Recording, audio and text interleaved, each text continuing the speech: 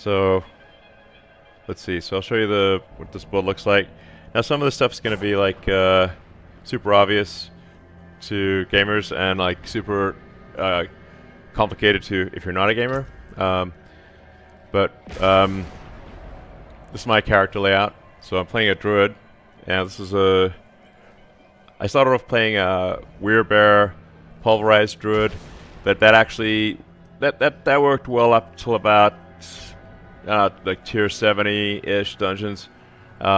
Then to really be okay beyond that, I switched to werewolf. So like werewolf, their castle. Anyway, that's a line from Young Frankenstein. So I'm in this case a werewolf druid, and it's pretty late right now, so I'm not gonna do a high tier dungeon because I'm too tired to do that right now. So this is just like a level 69 dungeon, tier 69. So just to give some background for those who have no idea what the heck this is. This is Diablo 4. This is the main game, so it's not the seasonal. That means it doesn't have like these things like called malignant hearts, which amplify damage. So when I'm a little bit more rested, I will do a tier 100 dungeon solo without using an ultimate skill. So I'll show you what my skill tree looks like. So this is Claw is the main attack. The Claw is able to use a Storm Strike because I have this Great Staff of the Crone, which allows Claw to be a Storm Strike. So if I attack as a werewolf, that is actually also a Lightning Strike. Lightning Strike, when combined with Nature's Fury, triggers cooldowns of the non-ultimate skills. Basically, I can cast the spells faster. And then I have something called Nature's Fury, which has a 30% chance of casting the opposite kind of spell. So if I cast a Storm spell, has a 30% chance to trigger a free skill of the other type. And then I'm using, in this case, the secondary attack of Bulwark. Bulwark is normally a shield spell. It has a secondary modifier, which is Shrapnel. So this is my main power attack. So I use Claw to reset the cooldown on Earth and Bulwark, so I can basically use what is supposed to be a shield as basically a weapon. And then I have Poison Creeper. So the interesting thing about Poison Creeper is actually also the critical strike chance is increased by 20%. This is actually the reason to have Poison Creeper. That the damage done by it is not that high, but it immobilizes and poisons the monsters. But really, what matters is increasing the critical strike chance by 20%. Then you got Bloodhowl for increasing your attack speed, and I've got an legendary aspect, which gives you 9.5% critical strike chance. The game designers here obviously love critical strike. One of the mistakes I made initially with the build was doing a pulverized build focused on overpower, and that actually is not nearly as good as a critical strike build. So I'm basically doing a bunch of things to this will heal, increase attack speed, and also with that legendary aspect give roughly 10% increase of critical chance. The Cyclone Armor, actually I'm also using Cyclone Armor based on its modifier, not its primary. Cyclone Armor is also supposed to be a defense, but I'm using it as an offense here, primarily in order to slow enemies and knock them back and make them vulnerable. And then Hurricane. Hurricane at rank 5 does a decent amount of damage, but actually, again, the modifier is the more important thing. which is to slow enemies down by normally 2 seconds, but I have a modifier for crowd control on my hat, which is giving me roughly 10% increased crowd control duration. So an extra roughly 0.2 seconds actually matters in this situation. And then another modifier to reduce the damage dealt by enemies that are affected by hurricane damage. So just to go through the primary equipment layout. The hat gives you increase in max life, some life on kill, but most importantly, 6.6% increase in total armor, and a damage reduction gain when I've shapeshifted into werewolf. The armor is also, the chest armor is also giving me a damage reduction against distant enemy, overall 9% damage reduction, dexterity, which improves the critical strike chance gain, and 4 ranks of Earthen Bulwark. So I'm at 9 ranks of Earthen Bulwark. I actually have other equipment that'll enable me to get to rank 15 in Earthen Bulwark, but that doesn't really seem to matter. And then these are the gloves. Most important on the gloves is the increase in attack speed. The faster I can attack, the faster I can reset my spells, basically, and reset cooldowns on the spells. Then my pants. It's really more of a skirt than pants, but whatever. It's also providing damage reduction, some help on the hurricane front. It's got the basic skill, 20% damage reduction, which is important also, and damage reduction while fortified. I'm almost always fortified. Boots are giving me an increase in movement speed, more increase of armor while werewolf, damage reduction while injured, so if my health goes low, and provided I don't get one-shot killed, the damage done by enemies is dropped by 43%. And it's slightly helpful to have a dodge. I'm not a huge dodge user. The Ghost Walker part is important, so when I'm in so-called unstoppable in the game, which is when the Earthen Bulwark is active, my speed increases and I can move through enemies, which is very important for dodging in real time. So, yeah, I'm installing. So this is not bad for like just a little test. So this is really just a test. So, and it's currently way too hard to do this. It's like took like hours to set this up. So we need to make it just effortless. Yeah. So anyway, the Ghost Walker sort of legendary imprint is very important here in the higher level dungeons, so that you don't get trapped by a bunch of monsters where they just pound the hell out of you. You can actually cast a Earthen Bulwark and move through them and sort of bounce around and hit them from the back. Then this weapon is really important. So if people play Diablo, you'll know this is a hard to find weapon, and it's awesome.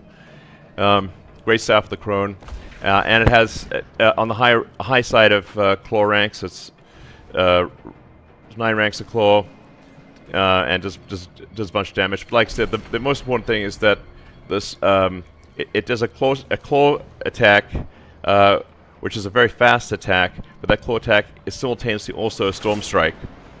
And then on the necklace, so it'd be nice to have a necklace in real life that had had all these things. It's remarkable that a necklace can do so much damage reduction, but it's doing overall damage reduction, damage reduction while fortified, increasing armor in werewolf form. So I'm actually much stronger in werewolf form than in human form, and importantly, 17% damage reduction from enemies that are poisoned. So both with my direct attack and with Poison Creeper, I'm going to be poisoning the enemies, thus dropping their damage by 17%. And then the really essential Nature's Fury, the symbiotic aspect, which when on a necklace gives you a 50% increase in what would normally be 5 seconds, but raises it to 8 seconds. so that helps reset the cooldown on Earth and Bulwark. On the ring, most important here is that the basic skill increase is get a 27% basic skill attack increase, because I'm using that basic skill again to reset my more powerful spells. Although the basic skill is actually pretty good with the Great Staff of the Crone, but for serious like boss fights, you really just want to use the basic skill to reset the cooldowns on your other spells. I'm using spell generically; it's called different things in the game. And then this is also increasing damage, so more damage to vulnerable enemies, damage if they're close, damage if they're crowd controlled, which means if you're able to slow them down or knock them back, and various things called crowd control. And then also an amplified, you'll see also an amplified damage to poison enemies, since I'm going to be poisoning them pretty much all the time. And then the Ring of Natural Balance, which works well with Nature's Fury, which buffs up Storm if you cast a Earth spell, and buffs up Earth if you cast a Storm spell. So that's a pretty nice, and they're at the upper end of the scale. So in Diablo, you've got like a range of what it can be. In this case, it's the up end of the range. Took me ages to find this one. And then in terms of the gems, I've skulls to improve armor across here.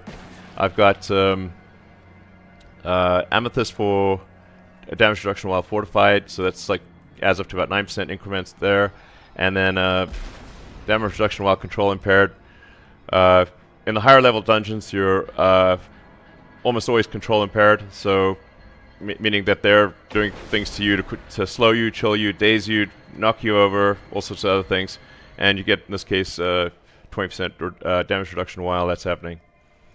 So, and then I got my sort of two fun pieces here, which is I don't use them for high level combat, but I can use them for lower level stuff.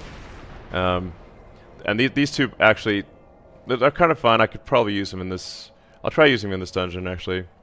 They allow me to move very fast, but they're not as damage resistant as the other ones, so I can like switch them out. And this makes my natural form a werewolf, and I can also move really fast. So for spirit boons, what I got here is reduction from elites, increased attack speed. In this case, I've got critical strikes reduce the cooldown of my companion, which Poison Creeper is somehow a companion. Interesting pet to have. But since I'm going to be critical striking a lot, so this is basically saying I've got a 1 in 5 chance of resetting my Poison Creeper from a 20-second cooldown to immediately being able to use it. So if I'm doing a lot of attacks and you know, kind of critical strike 5 times, my Poison Creeper is going to reset. So in a heavy battle, this basically means I can spam Poison Creeper. And then a Fortified Bolster. In the high level dungeons, Fortify drains fast, so you want to boost Fortify. And Fortify gives you 15% fortification for defensive skill, and both Cyclone Armor and Bulwark are considered defensive skills, even though I'm using them offensively. So when I cast my offensive skills, I get a fortification improvement, and then critical strikes with shapeshifting skills, which would Claw is a shapeshifting skill as well. So when I cast this, which I cast it very fast, you can see with my armor changed, Claw is now level 14. I am constantly healing myself with critical strikes, as well as with Blood Howl. So, abilities, again, this is going to vary depending on what armor you've got on. Normally you can only take a skill up to level 5. In this case, with all the enhancements I've got in the armor, it's actually rank 14 out of 5. So it does like a ridiculous amount of damage, even though it's a basic attack. and then just sort of speeding things up. So you're just looking for fast attack speed. I mean, this is like sort of a speedrunner build. Although I would not say I'm a skilled speedrunner. I can, yeah, clear a dungeon pretty fast for someone who doesn't do it a lot. So since it's dual use Storm Strike, it's getting the modifiers for Storm Strike, so it'll immobilize enemies and make them vulnerable. With the high level dungeons, you need to keep the monsters vulnerable all the time. It massively increases the amount of damage that you do, and the high level monsters are like basically tanks. Yeah, so some basic stuff. You're just looking to amplify your damage reduction as much as possible, so I'm using defensive skills all the time, so vigilance is pretty much always there, so 15% damage reduction. You got Blood Howl here. Normally it'd be rank 1, but I have the I switched to Mad Wolf's Glee, which gives me 3 extra ranks of werewolf skills. Going through this pretty fast. This is going to seem like total, Greek or ancient Greek to someone who's not played the game or doesn't look at a lot of video games, but I'm trying to speak to a wide range of audiences here. Yep, Poison Creeper, just rank 1. And as I said, this is really the important part of Poison Creeper, which is Brutal Poison Creeper, 20% increase in critical strike. Then here I've got Envenom, which increases critical strike damage by 60%. Also, critical strike will poison slightly. This is important for the poison effect. Poison also slows slightly, gives them the slow effect, which again amplifies damage. I've got Crushing Earth here, maxed out. So 15% damage increase. A little bit of fortification here. Stone Guard, also a 12% damage increase. Defiance, 12% damage to elites. And this, also buffs Earth and... well, you can read it, basically. And then this is actually pretty cool resonance, which if you're casting Earth and Storm skills, which I'm constantly doing, one after the other results in an 18% damage increase. And then Quick Shift is not that important, but this is important when Shapeshift into a werewolf. Again, another 12% damage reduction against elites. Elites are the ones that usually kill you. Now, the interesting thing here is I'm not actually using I'm not using an ultimate attack. So, ultimate attack would be Cataclysm or Lacerate, or the most common one would be Grizzly Rage, or if you're and sometimes people convert Grizzly Rage into a dire werewolf, but I'm not using that. I'm just using a key passive, which is Nature's Fury. You can do it either way, but I'm not saying this is the best build, but it is the build that I've got. And on the Paragon boards, got your basic board here, and then sort of the Thunderstruck board.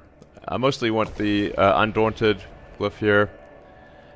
So again, looking for damage reduction for the high tier dungeons. Just not being killed instantly is the goal. So you want really damage reduction. I think more than you even want attack capability. So I'm usually heavily fortified, so I get 10% damage reduction here. I won't go into like the gruesome details, but as you can see, Diablo 4 can be pretty complicated because you can have you pick from I think roughly 8 boards, and you can rotate the boards. So depending on how you pick, what boards you pick, and how you rotate them and attach them, it's sort of like if you mix the game Go with Dungeons and Dragons. It's a bit like that. There's a lot of ways to combine these boards, but I'm mostly looking for, since this is configured for high tier dungeons, I'm mostly looking for damage reduction. So this is like a pretty important one here. Outmatch. So Outmatch is amplifying the the armor from the rare node. The armor rare node is giving me an incremental 440 armor plus another 220. So armor, yeah, super important in this game. And going out of here. Protector against 10% damage reduction while I have an active barrier. I usually have an active barrier. And it's increasing critical strike damage with earth skills. Bulwark is my primary attack. And that's another skill. So it's also improving resistance to elements, but that's not that important. Nice to have. Critical strike with earth skills is pretty important. So let's over to finally get to werewolf. And this is mostly this game. I actually care more about the damage reduction than I do about the attack capabilities. And I've got damage reduction from enemies that are poisoned. Goes back to poison creeper and my poison attack. So I'm looking to reduce the damage done by enemies as much as possible. So if you're dead, then the amount of damage you can do is very low. So I'm trying to be not dead for high-level dungeons. So this is only a mere level tier 69, so it's not really that hard. You can see I'm like moving really fast here with the werewolf.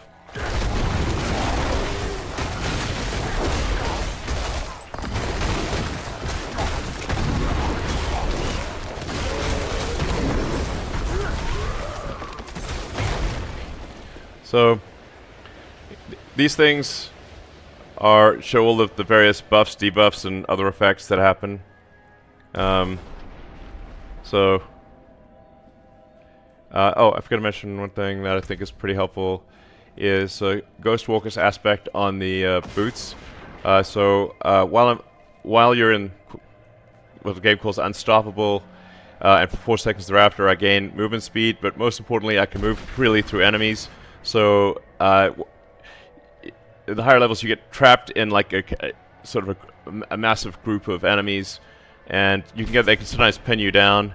And you just can't get away and they kill you. So Ghost Walker allows you to move through them and bounce around, avoid the sort of power attack or ultimate attack of the monsters, and sort of basically dart behind them and hit them from behind. So that's actually a really important one. Yeah. So I'm just looking at the comments here. So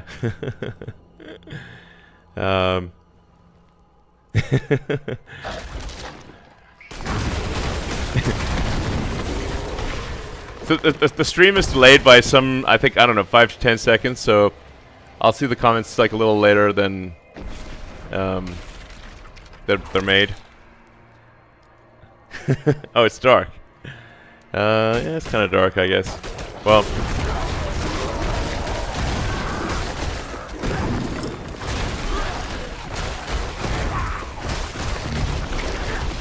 anyway, this is the affixes matter on these dungeons quite a lot. So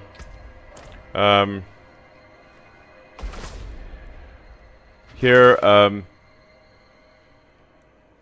I generally look at what the monsters can do. So non-boss monsters can regenerate life, and they take less damage from overpower. They have the suppressor affix, makes them harder to kill, and they deal incremental lightning damage. So let's just zip through this real fast and.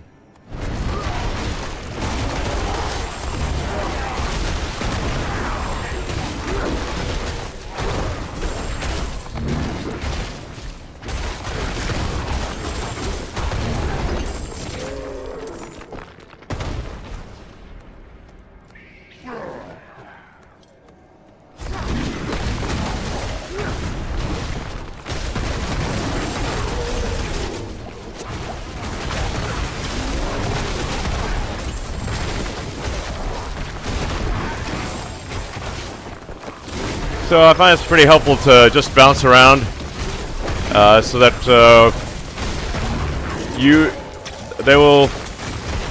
they'll be attacking the place that you used to be, as opposed to the place where you are.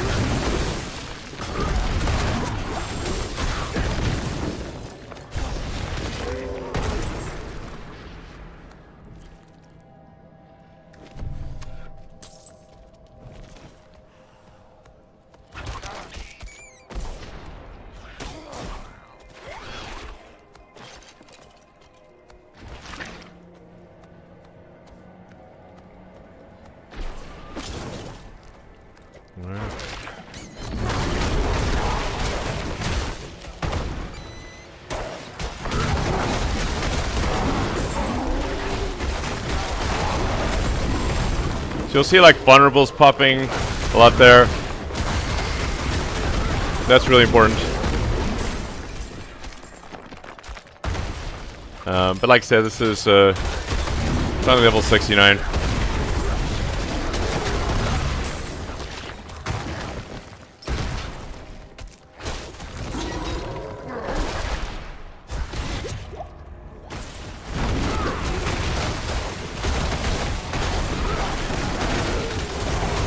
Kind of hard to see what's going on.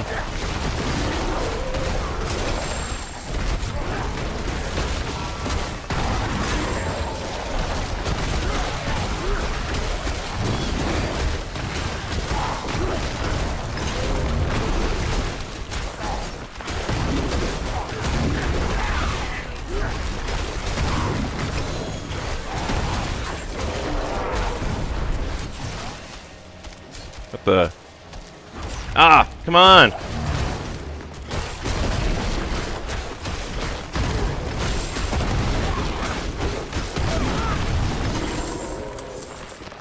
That was embarrassing, almost died.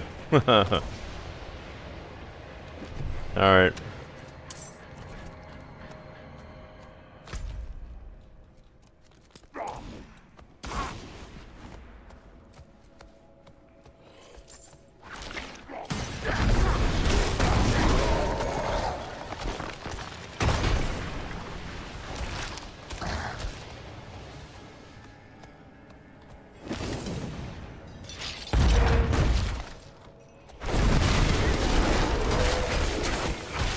This is often in the high tier dungeons where it's often the hardest part, because they'll trap you in this room and you have to like try to not die while you're in this room.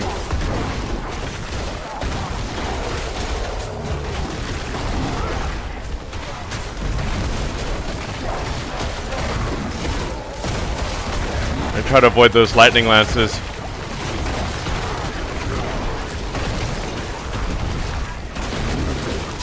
Anyway.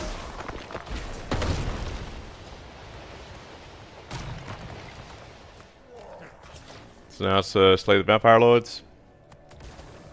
So.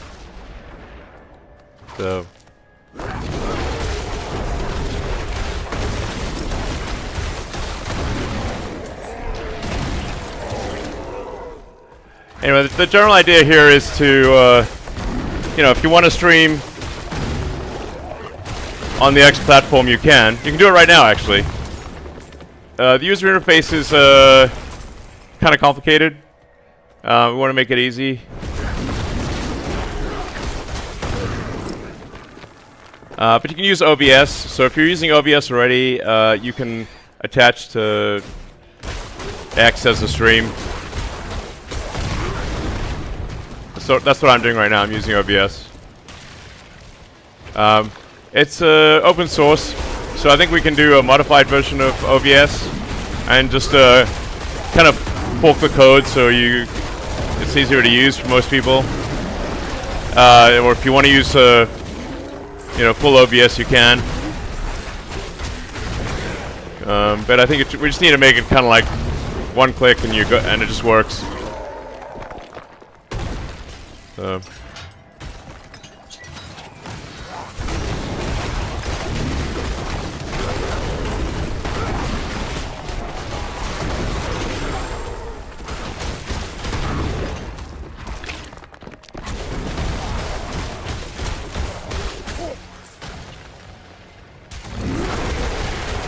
think. Yep.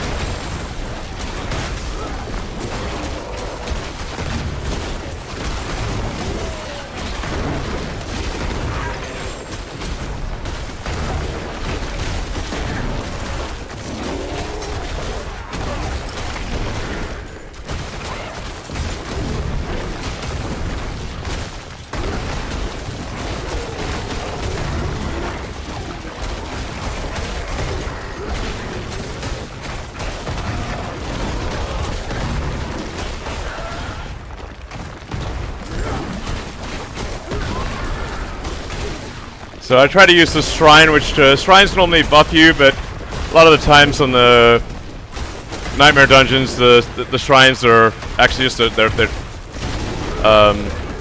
cursed. So you have to get attacked by demons when you try to use it, like these guys.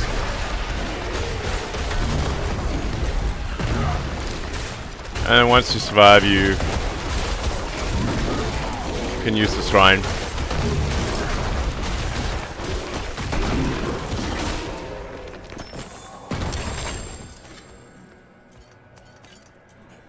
Conduit Shrine. This is cool. You turn yourself into lightning.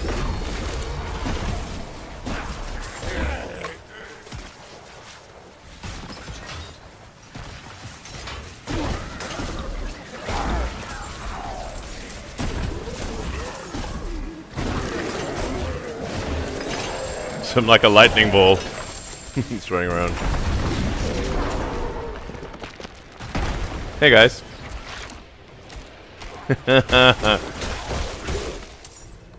And as you can see, my name is I Will Never Die. This is not true. I have died many times, but I think it's a funny name. And my title is Rampaging Goat.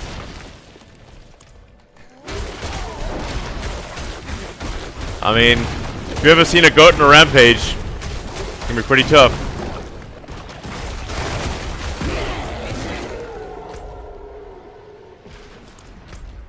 So I gotta find the other vampire. Actually, I can travel to the vault, so I'm gonna do that. Let's skip these guys and go over here. Never mind. There we go.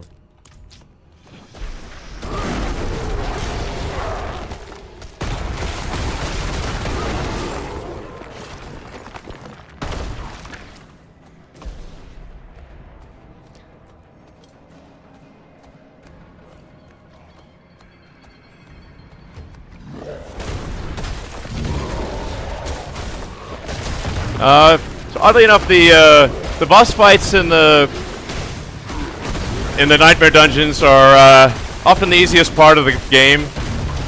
So I'm gonna take care of this guy real fast. It's a piece of cake, basically.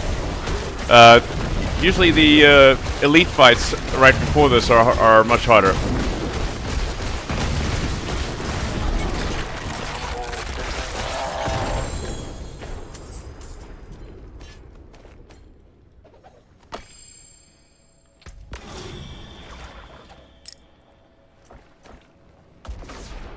So you can increase your glyph capabilities here. The glyphs go up to level 21. And I have Territorial at 21. And then I've got Outmatch, Werewolf, Undaunted, and Protector.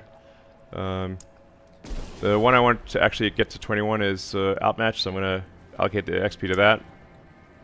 The Outmatch one is amplifying my armor. So trying to get that to max level is going to be good for the higher level dungeons. Teleport back to town.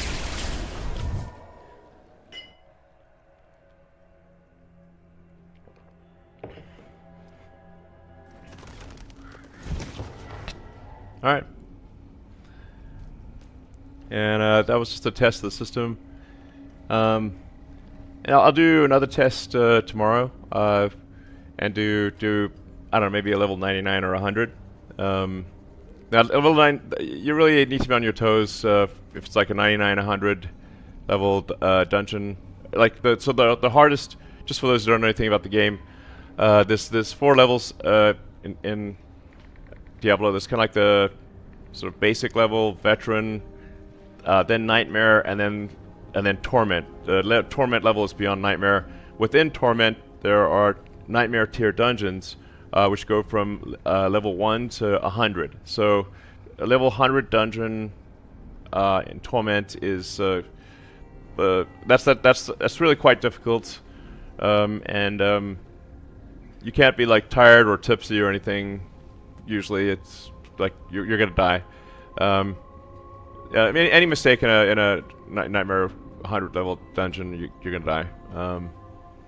So I just need to be not tired to do that.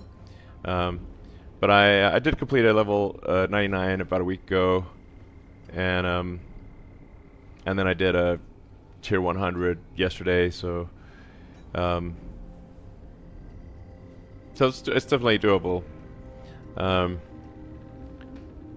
I think I might be able to. It was kind of a struggle to do the tier 100. I refactored my Paragon board, so now this should be, I think, a little easier.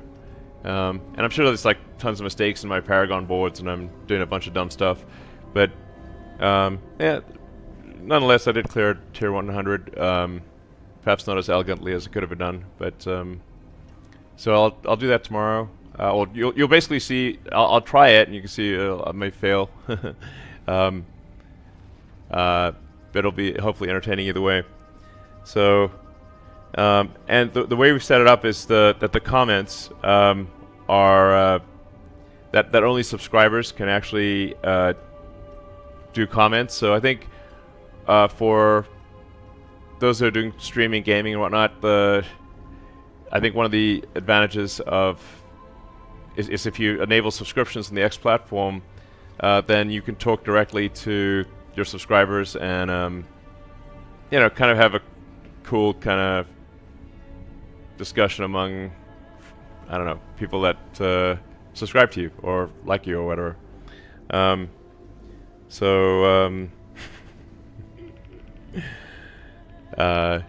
This is like probably the biggest ad for Diablo ever, but whatever. It's a great game. And one of the nice things about Diablo is you can do a pickup game with friends very easily, even if they're outside of the country or elsewhere in the world. You can do solo, and you can sort of go find a friend, and So I actually play with friends of mine, and we'll just do a quick pickup game, and it's just nice. Can you get to like hang out with friends and play a game at the same time? So it's cool. Yes, and subs only in comments is it's it's a nice perk if for subscribing. And generally we're gonna enable more things like that, so it should be cool. Bone tag handles, yeah, exactly. All